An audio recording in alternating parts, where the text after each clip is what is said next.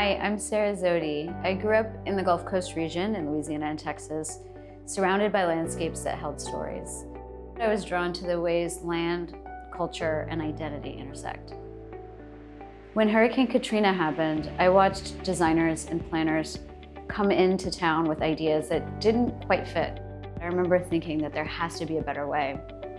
So I went looking for it. I started by studying sociology and statistics, drawn to the idea that patterns could be understood, could be mapped, could be transformed. That led me to urban planning and eventually to landscape architecture. I studied at Boston University, MIT, and Harvard, and along the way I saw gaps in the way we were being taught to design. So much of how we think about design is through precedent. But whose past, whose vision of the world are we replicating? When I founded Studio Zodi, I built it around a different way of working. Our process starts with observation. We spend time in a place, watching, listening, understanding its rhythms, both cultural and ecological. In a neighborhood with a strong culture of block parties, our first design meeting might be a block party. In a place where graffiti writers have built a creative sanctuary, we work with them through the underground networks they trust. We design spaces that resonate because they are built from the culture that's already there. In Monrovia, Liberia, on Providence Island, we're working with the World Monuments Fund to reconnect Liberians to a landscape critical to the nation's history. The 11-acre island represents the place where formerly enslaved Africans from America landed upon being expatriated to West Africa. Meanwhile, Monrovia stands at the front lines of climate vulnerability, facing rising seas and intensifying storms that erode its coast and threaten the lives and livelihoods of its people.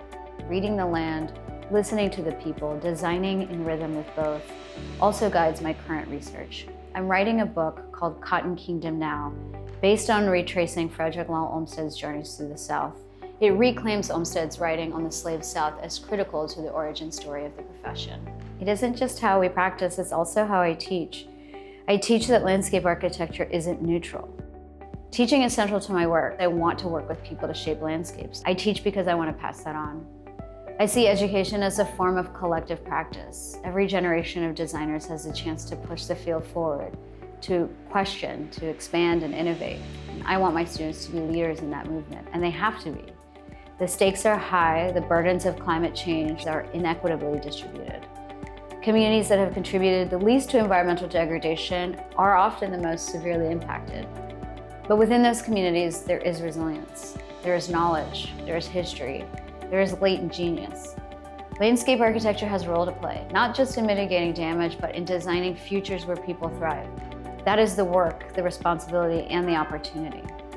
To design landscapes that hold memory, that tell stories that meet this moment and the moments to come with clarity, imagination, and care.